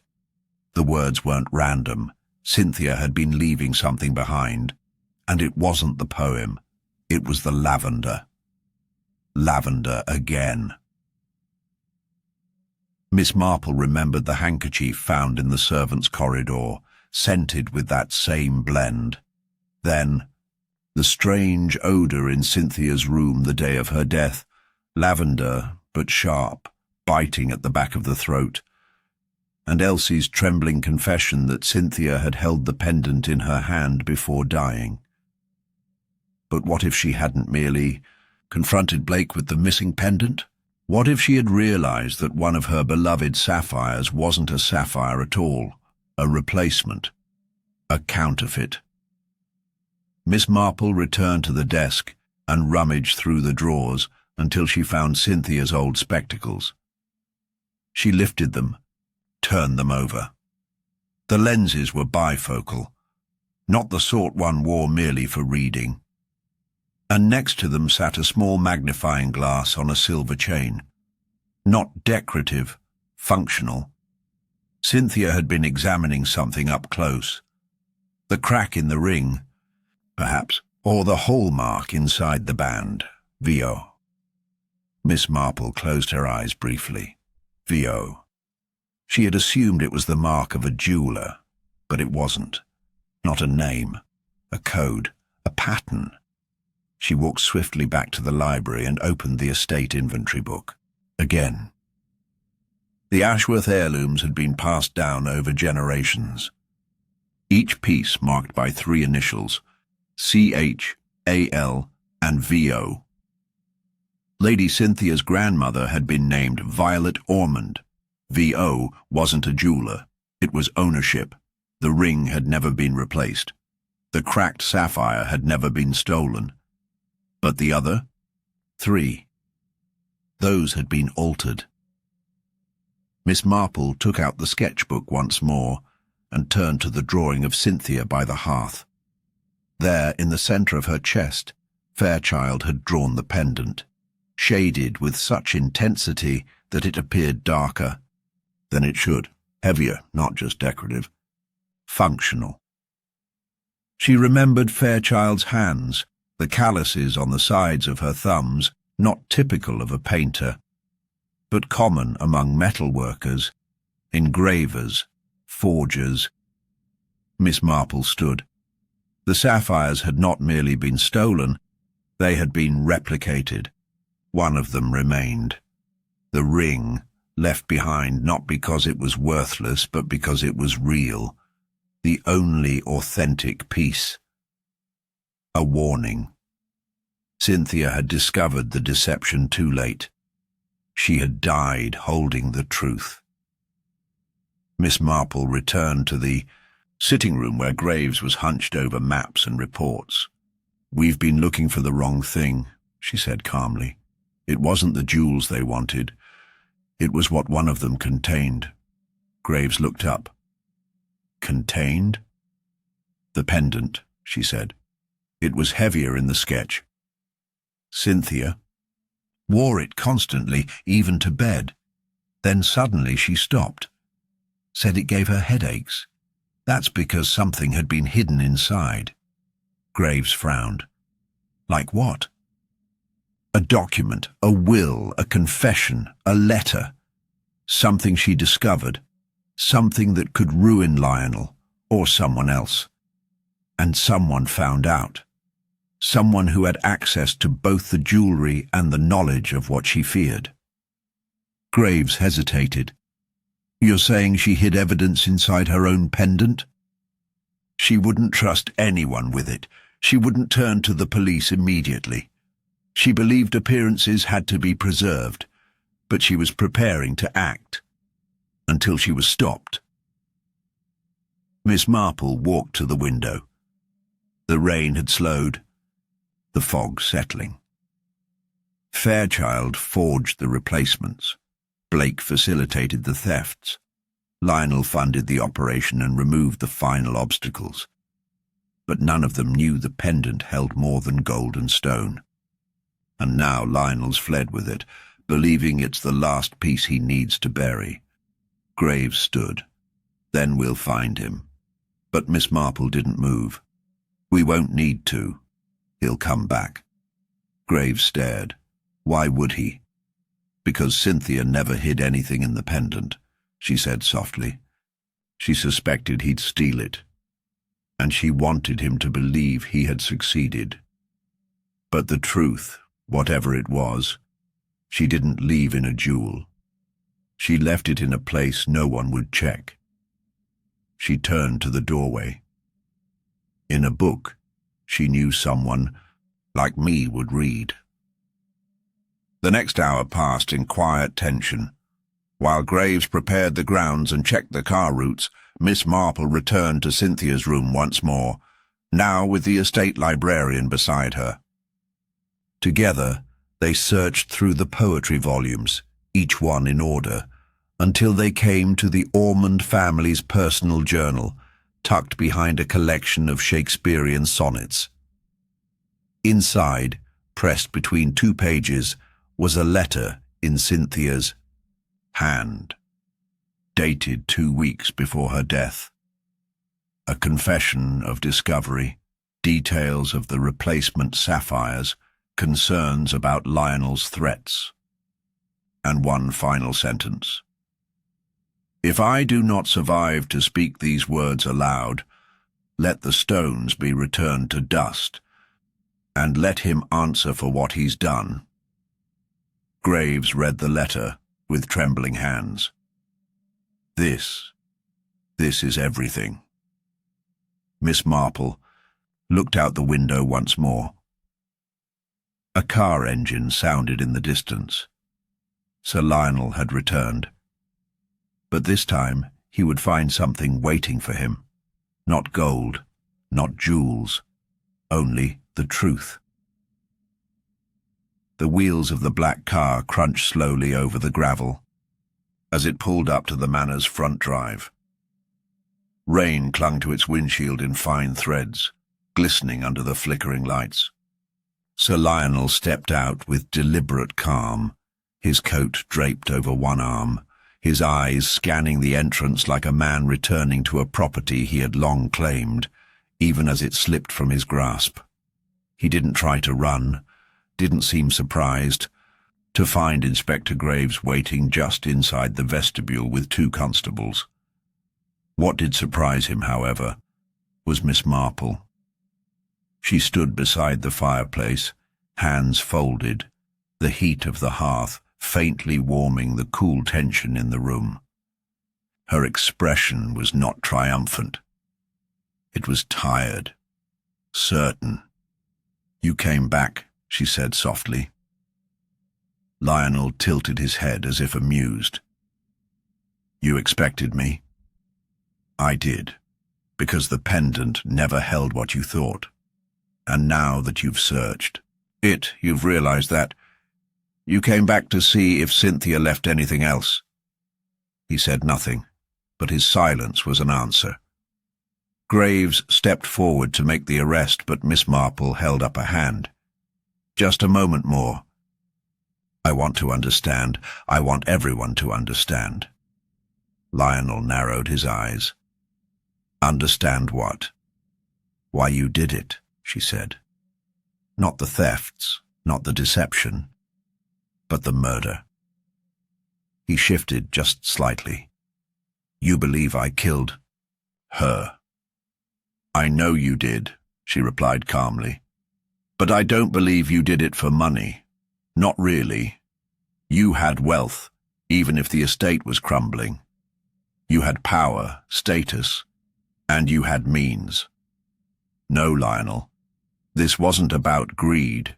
It was about control. It always was."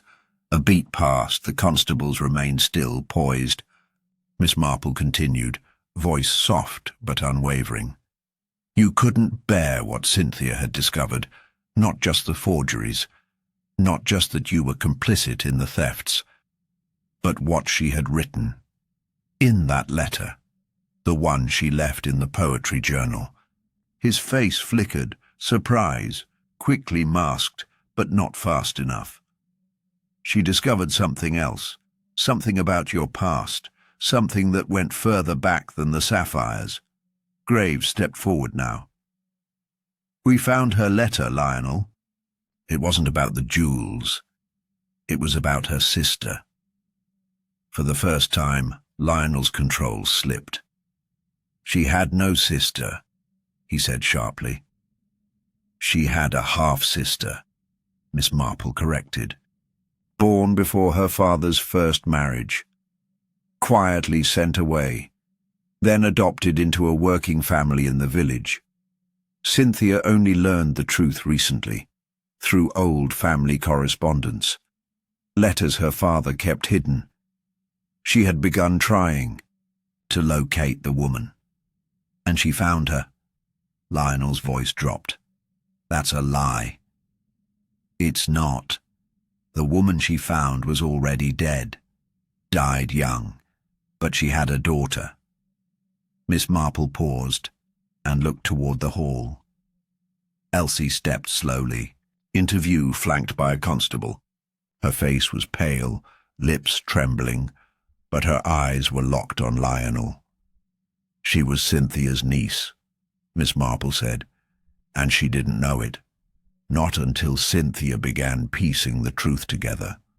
Not until Cynthia told Pym she was planning to make a change to the will." Lionel's breathing grew heavier. "You're making a fool of yourself." "Am I?" Miss Marple asked, her voice calm. "You saw it unraveling, didn't you? The jewels, the estate, Cynthia finally finding something that didn't belong to you. She was going to leave it to Elsie. Not just the jewelry, but the manor, the legacy, everything you believed was yours by right. She was going to rewrite your place in the family story. And that, more than the sapphires, more than the lies, was what you couldn't allow." The room was silent now, the rain outside softening into a dull patter. "You could have walked away," she said. "You had your portion, your pride, your public name. But the thought that a maid, an illegitimate child, would inherit what you saw as your rightful domain, that was the insult you could never abide. So you did what you always do when control begins to slip. You made it vanish." Lionel didn't speak, but his eyes burned. "You let Blake and Fairchild carry the weight. You buried Elsie in the cellar when she saw too much. You silenced Cynthia and let everyone believe it was shock. And then you waited, watching us pull at every thread, knowing most would lead away from you." Graves moved again, this time without interruption, stepping behind Lionel and taking his arms gently but firmly. "You won't speak again without counsel," Graves said. But Lionel only looked at Elsie. His voice came out low, filled with loathing. "She didn't deserve it. She didn't belong in that house." Miss Marple stepped forward, her voice laced with something colder than disapproval. "Pity. She belonged to it more than you ever did." As the constables led him out into the waiting rain, the wind picked up, sweeping dead leaves across the path. Silence returned to the manor, thick with the weight of a story no longer hidden. Elsie didn't speak for a long time. Then she turned to Miss Marple. "She didn't tell me." "No," Miss Marple said gently. "She was waiting for the right moment." Elsie's eyes filled with tears. "She never got the chance." "But you will," Miss Marple said. "You're not a secret anymore." And somewhere in the stillness of the old house, as the rain eased into mist and the fire in the hearth crackled faintly behind them, the truth settled into its rightful place. Not in a jewel, not in a legacy of stone, but in the hands of a girl who had survived it all. The manor was quieter than it had been in weeks. The wind had stilled, the rain had passed, and the evening settled in heavy and slow, pressing into the walls as if even nature sensed something final had arrived. Upstairs, the constables secured the last doors. Downstairs, the servants moved, carefully speaking in hushed tones. Sir Lionel had been taken into custody, and yet Miss Marple knew there was one step left, one thread still pulling taut through the story. The weight of everything unsaid hung in the corners of the house like fog. She had watched Graves depart with Lionel in the back of the car, expression unreadable, but his silence too tight to be satisfaction. Something remained. Not the crime. She had already unearthed the roots of that, but something colder, deeper. The kind of malice that doesn't retreat simply because it's caught, because Miss Fairchild had never been found, and Miss Marple no longer believed she had fled. The last letter, the false surrender, the theft of the sapphires. Lionel had orchestrated much, but someone had moved behind him with too much precision, too much freedom. Someone had arranged things before he even realized they were being arranged. Fairchild had disappeared just before the final act, and no one had seen her since. Miss Marple requested one final search of the estate, this time with no fanfare, no guards, just herself and Harwood, the butler, who had watched over the house longer than anyone. They began in the east wing, where the light thinned earlier and the corridors were less used. She directed Harwood to the old guest room at the far end, now unused, the one Fairchild had been moved into when suspicion began to close in. The fire grate was cold, the bed undisturbed, but the wardrobe had been shifted, just slightly, but enough. Behind it, the wall bore a faint draught. Harwood pressed gently, a latch gave way, and a panel opened. A narrow corridor waited beyond it. Miss Marple didn't hesitate. She entered alone, instructing Harwood to remain outside and alert Graves. Her steps echoed faintly as she descended a stone stairwell, the air growing colder, damper. The walls were old, older than the manor above, part of its original foundation, forgotten by most, perhaps even by the family itself. The corridor led to a chamber with a low ceiling and a single lantern glowing dimly on the far wall. A table sat in the centre, covered in sketches, maps of the manor, diagrams of the jewellery pieces, notes written in a hurried but elegant hand. Miss Fairchild was standing at the far end, back turned, her hands resting lightly on a ledger. She didn't turn at the sound of footsteps. She simply said, "He was always going to fall. I just made sure it happened sooner." Miss Marple didn't answer at first. She stepped fully into the room, her eyes moving over the plans, the familiar faces sketched in stark detail. Fairchild had been watching them all from the beginning, not as an artist, but as a tactician. "You used Lionel," Miss Marple said quietly. Fairchild turned now. Her face was paler than before, but her eyes calm. "I gave him an opportunity, and he took it. You played both sides." "I never had sides," she said. "Only an outcome." Miss Marple looked again at the sketches, the symbols marked on them. "You knew about the pendant." "I did. You knew it never held the will." "I suspected, but I needed him to think it did. He was stupid enough to fall for it. He always thought it was about inheritance, about property. He never understood what Cynthia really intended." Miss Marple raised an eyebrow. "And what was that?" Fairchild stepped forward, the tension in her jaw tight. She was going to hand it all over to someone unworthy, a girl who didn't even know her blood, who scrubbed floors. Cynthia wanted to erase the Ashworth name and give it to a stranger. "She was family," Miss Marple said. "She was nothing," Fairchild snapped. "And what do you think I was? A servant's daughter, passed off as a charity case. I watched these people hoard their legacies like crowns. I saw the value of everything they let rot. I studied it, and I took it." "You killed Cynthia." "No," Fairchild said sharply. "Blake did.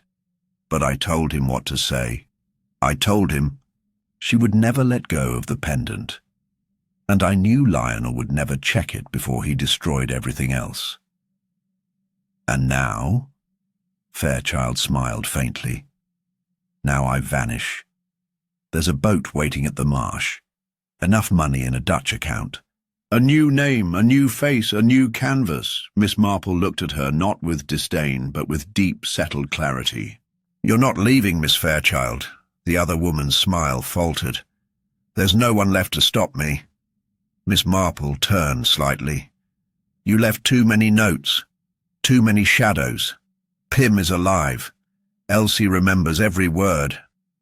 The letter in the journal bears your handwriting. I found a second page in the chapel vestry. You wrote to Blake instructing him where to be.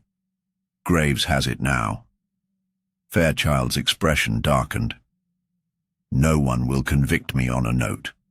"No, Monsieur," Marple agreed. "But they'll find your fingerprints on the pendant you forged. They'll find the chemical compound you used to replicate the stones, the etching tools, the mold. And Blake, wherever he is, will trade your name to save his own." Fairchild moved suddenly, fast. Her hand went to her coat, where a blade glinted under the edge of fabric. But Miss Marple didn't flinch. Behind her, Graves stepped through the panel entrance with 2 officers, weapons drawn. Fairchild froze. Her hand fell away. She exhaled, slow and bitter. "You always knew I wasn't here to paint." Miss Marple said softly, "I knew you were painting a trap. I just had to wait until you walked into it." Fairchild didn't struggle. The officers took her wrists, cuffed them gently. She met Miss Marple's eyes one last time. She never deserved what she had, Miss Marple replied, quiet and even. "No, but she gave what she had to someone who did. And that is the difference between the 2 of you." As they led her up the stone steps, the lantern flickered behind them, casting one final long shadow against the far wall before the trapdoor closed. And just like that, the last piece fell into place. The air inside Greystone Manor felt thinner now, like the house itself had finally exhaled after weeks of holding its breath. Miss Fairchild had been taken into custody without resistance, her carefully constructed plans unraveled and spread bare beneath the stone chamber like blueprints to a life built on deceit. Sir Lionel's confession, paired with the evidence found in the pendant's forged replica and Cynthia's hidden letters, had all but closed the circle. Graves, though weary, had permitted himself a rare look of ease as he oversaw the final statements. Even the constables had relaxed, their vigilance giving way to exhaustion. Elsie had been moved to the study, seated comfortably with a blanket across her shoulders and a warm drink in her hands. She hadn't spoken much, but her silence no longer came from fear. She watched the fire quietly, absorbing the strange truth of her inheritance, her identity, and the legacy she'd never asked for, but could no longer be denied. Miss Marple, too, sat still in the drawing-room, her hands folded over the handle of her handbag, her thoughts slowly settling. She had already declined Graves's offer to ride back to the village with him. Something in her told her to stay, not out of suspicion exactly, but out of instinct, the same quiet sense that had urged her forward time and again when others were ready to walk away. She stared into the flickering firelight, and her mind returned to one image she hadn't questioned, because at the time it hadn't seemed like a question. The cracked sapphire ring left beside Cynthia's hand. Not missing, not faked, and not stolen. Every other jewel had been replicated or hidden, but that one had remained exactly where it was, which didn't fit. Fairchild had been meticulous. She had known the value of illusion. If she meant to mislead, why not? Remove the ring entirely. Why leave behind the real one, the only authentic sapphire, and risk it being examined, unless it wasn't the real one? Miss Marple stood suddenly. She crossed the hall, quiet as breath, and ascended the stairs to Cynthia's room once more. The light was dim, dusk settling through the high windows. The ring had been stored with the other personal effects, still untouched in a velvet case inside Cynthia's bedside drawer. Miss Marple lifted it gently, holding it to the light. Then she took the magnifying glass Cynthia had once used and tilted the band to the inside. No engraving, No VO. She looked again. Still nothing. She held the ring higher, turned it slowly, methodically. The craftsmanship was good, almost perfect. The weight was right, the hue nearly identical, but it was not the original. It was the final forgery. Miss Marple closed the case and breathed in. Fairchild hadn't left the real ring behind. She had taken it, which meant someone else had placed this counterfeit there after Cynthia's death. Someone who knew what the real one looked like and had enough access to find or receive a replica. Someone who wanted investigators to assume the ring had been authentic and thus distract them from looking for the original. Miss Marple moved quietly now, the fire returning to her eyes. Downstairs, she found Harwood, the butler, just finishing a conversation with Graves in the entryway. His expression was tired, kindly as ever, his voice even and practiced. He excused himself politely and turned to retrieve a coat from the back hallway. "Mr. Harwood," Miss Marple called gently. He paused. "Yes, madam? May I ask you something peculiar?" His smile was patient. "Of course. How did you come to know about me? You were the one who wrote the letter asking for my help. I'd heard of you through a cousin, as I said. He's from St. Mary Mead." "Yes," Miss Marple replied, "and yet I never found that cousin's name, nor did I recall ever meeting a Harwood family member from that village, and it struck me, just now that you never mentioned Cynthia by name in that first letter." Harwood's smile didn't fade, but it no longer reached his eyes. "You were remarkably discreet," she continued, stepping closer. "Too discreet. As if you didn't want the request traced back. As if you needed someone who would ask the right questions without realizing who pointed them where." He said nothing. "And the ring," she said softly. "The fake left at her side. You found the body, didn't you? But the real ring wasn't there. You placed the replica afterward, so no one would notice what was missing. You kept the original. Because you weren't just watching Cynthia, you were watching them all." Harwood's expression didn't change, but he slowly closed the hallway door behind him. "You're clever, Miss Marple." "Not clever enough," she replied. "Or I would have seen it earlier." He tilted his head, studying her. "You know what people never realize. The real power is never in wealth, not in title. It's in being invisible. You learn everything.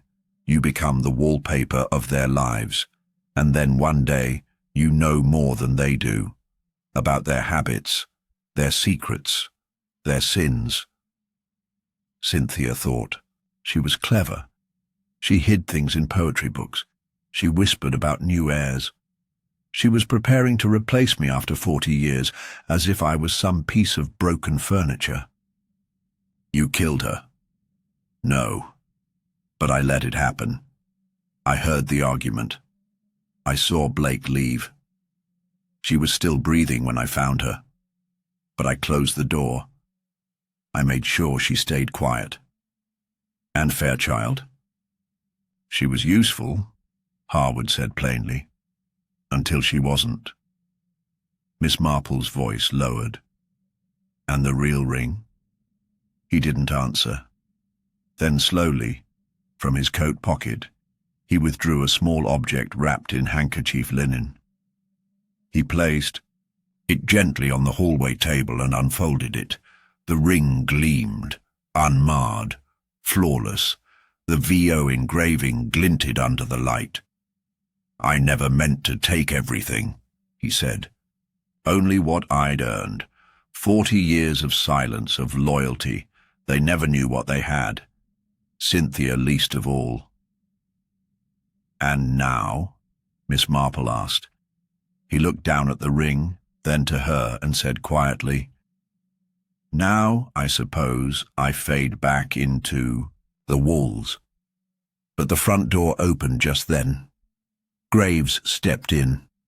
Harwood didn't flinch as the constables moved toward him. He only said, "It would have been a beautiful ending." Miss Marple replied softly, "It still is. Just not the one you wrote." And as the last storm passed beyond the windows, and the manor exhaled again, the true end finally arrived.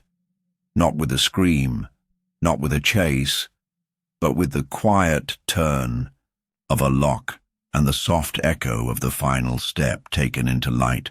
The room was still. The heavy silence of a truth finally revealed lingered, but with it came the gnawing weight of something else, something that Miss Marple could never fully articulate in a single breath, no matter how much the mystery had unraveled. The truth was out there, in the open, but the finality of it was elusive, like a half-formed answer that slipped from the edges of clarity. As Harwood was led away, his face set in grim acceptance, the manor began to shift.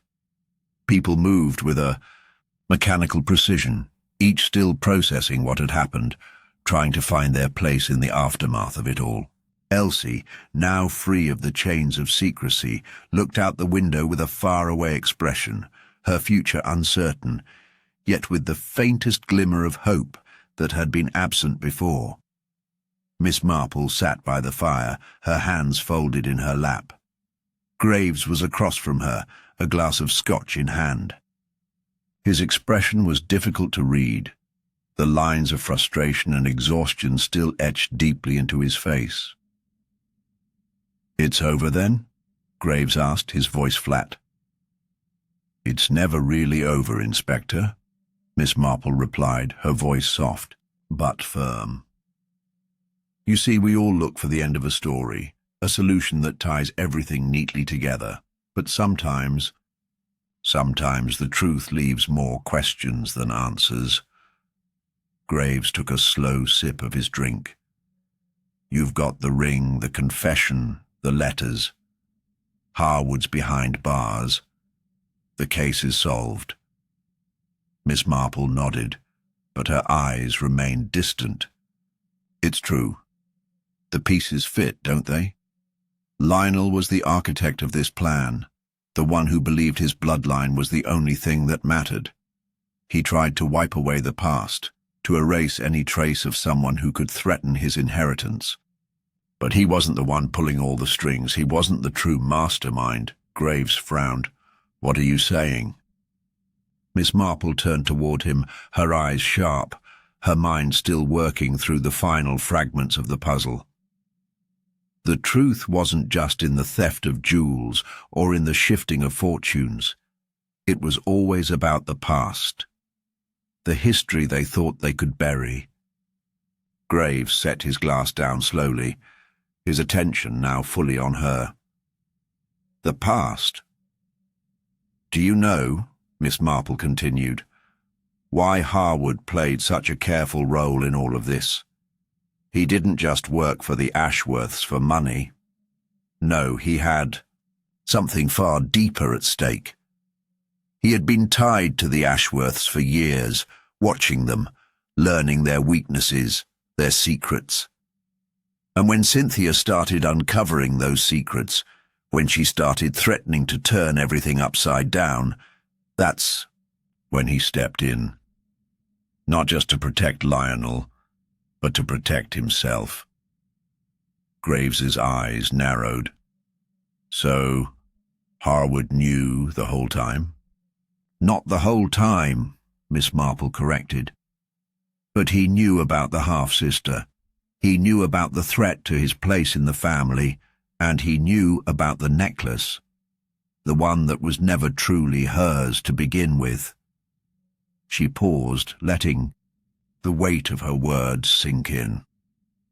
Harwood's role wasn't just as a servant, but as someone who knew exactly how to exploit the Ashworths' obsession with legacy. He hid behind the veil of loyalty, using it to manipulate everyone around him, Graves leaned forward, his gaze fixed. But why leave the ring? Why not take it too? That, Miss Marple said, was the mistake. Harwood had control over everything else. He forged the documents. He arranged the thefts. He manipulated the others. But he never considered that one thing, that one piece of jewelry, was more than just a gem. It was a symbol of the Ashworth's dynasty. The true piece of the puzzle. She turned her attention to the small table beside her. It was adorned with the items recovered from the various rooms, letters, pieces of jewelry, a few sketches, and then her eyes landed on the sapphire ring, now resting in its velvet case. That ring, she continued, was never about the jewels themselves. It was about power, and Harwood underestimated its significance. He thought by leaving it behind he could cover his tracks. He didn't realize that the real truth had always been inside that ring. Graves remained silent, but Miss Marple could see the pieces falling into place in his mind. The VO engraving, Miss Marple said, wasn't just a mark of authenticity. It was a clue, and no one, not even Harwood, knew what it meant until the very end. Graves nodded slowly. You're saying the whole thing was about the legacy, about the family's history? Precisely, she said. Cynthia had the knowledge of a hidden past. She was going to bring that history into the light. And for Harwood, that was something far more dangerous than any jewel or fortune.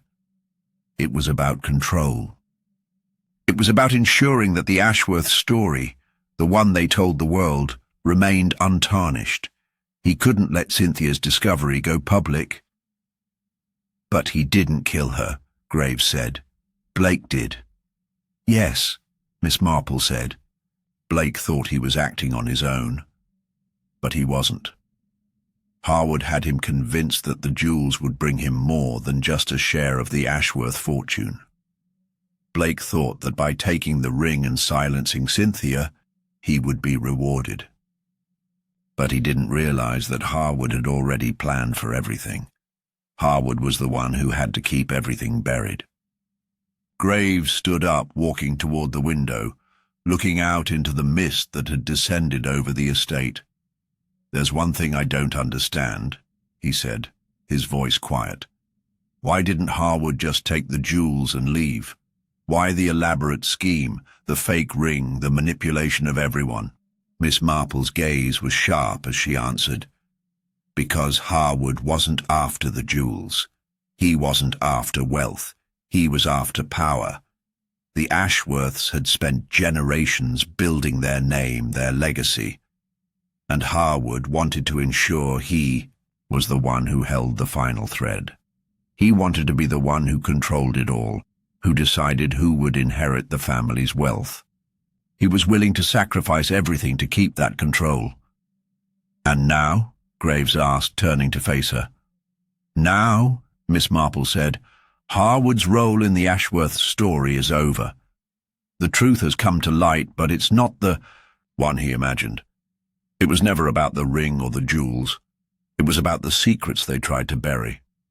And in the end, it was those secrets that brought them all down. Graves nodded, understanding now. The final pieces were in place.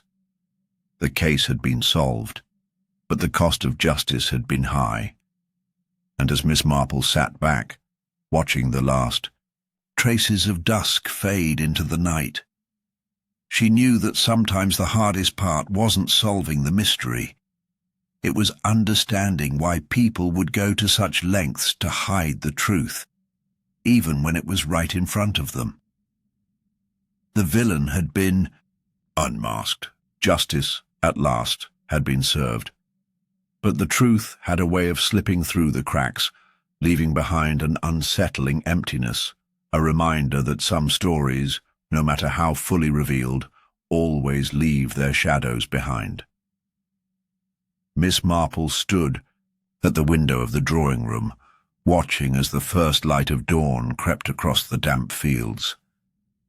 The manor, silent and still after the tumult of the previous days, seemed almost at peace. The rain had stopped, leaving the air crisp and fresh. Yet despite the quiet, there was a lingering tension, one that never fully dissolved even as the last of the pieces fell into place. She had solved the case. The masterminds were behind bars, the motive exposed, the truth laid bare. And yet, something in the back of her mind tugged at her thoughts, like a thread left dangling, never fully tied off. She had always prided herself on not being too quick to claim victory. The case had been intricate, layered with lies, misdirection, and unexpected twists. But the villain, at last, had been unmasked. Harwood's role in the Ashworth family's tragedy was clear now. He had used his position, his knowledge, to manipulate and control, pulling the strings from behind the scenes, ensuring that no one knew the full extent of the deception until it was too late. And yet, as she stood there, feeling the weight of the past few days in her bones, she couldn't shake the feeling that something was still off. She turned to face Graves, who had come into the room quietly, as he had been doing so often lately. His presence, though no longer a surprise, still carried a quiet force. "Do you feel it too, Inspector?" she asked, her voice soft but purposeful. Graves met her gaze, his expression thoughtful. "I can't say I do. Everything's resolved." "The case is closed." "Is it?" Miss Marple's eyes narrowed slightly. "I solved the puzzle, yes. But some pieces don't quite fit, do they?" Graves frowned, his tired eyes betraying the strain of the past days. "What are you saying?" Miss Marple walked slowly across the room, her steps deliberate. "The real question isn't about the jewels, the murder, or the forgeries. It's about why no one saw it coming. Everyone was focused on the material, the ring, the estate, the wealth. But none of them understood what was truly at stake." She turned back to him, her eyes sharp. "Harwood believed he could control everything. He thought that by maintaining his place in the shadows, he could manipulate the Ashworths and everyone around them. But the truth is, he was never the true power in the house." Graves looked puzzled. "Then who was?" Miss Marple gave a faint smile. "Not a who, but a what." Graves's brow furrowed. "A what?" "The ring," she said, pointing to the small velvet case resting on the table. "The one left behind." He followed her gaze, his expression momentarily clouded. "The fake." "Yes, but the fake was a symbol, not just of deception, but of control. Harwood thought he could hide behind it, manipulate the Ashworths through their obsession with inheritance. But he missed the real power, the power of the family's history, of what they would never let go of." Graves didn't respond immediately. He took a step closer to the table, studying the ring, as if seeing it for the first time. "You think it was about more than just the jewels, then?" "I know it was," Miss Marple said softly. "The sapphires were never just stones to be collected. They were a piece of the family's legacy, a piece of what they were willing to kill for." Graves sighed, as though suddenly understanding the depth of it all. "I suppose it's never truly over, is it?" Miss Marple turned away. From the window, her gaze thoughtful. "Justice may be served, but the effects of these crimes, of this kind of betrayal, linger long after the case is closed. People change. Trust changes. What's left behind?" Her voice trailed off, and for a moment there was only silence between them. The fire crackled gently in the hearth. the faintest glow casting shadows on the walls. And what's left behind, Inspector, is what we carry with us, the knowledge of what people are capable of, the things we might never truly understand. Graves stared at the fire, lost in thought. After a few moments, he turned back to her. You don't think Harwood's the only one who's still hiding something, do you? Miss Marple's eyes glinted, her gaze sharp. Oh, I don't think anyone in this house is done hiding things, Inspector. They may have shown us their hands, but there's still a card left to play. Are you saying someone else is involved? Graves asked, his voice low. No, Miss Marple said with a quiet certainty. Not involved, but perhaps someone has been hiding in plain sight all along. Perhaps someone has been pretending to be something they're not. Graves frowned, trying to process her words. But who? Miss Marple gave a small, almost imperceptible smile. Sometimes the most obvious answers are the ones that get overlooked.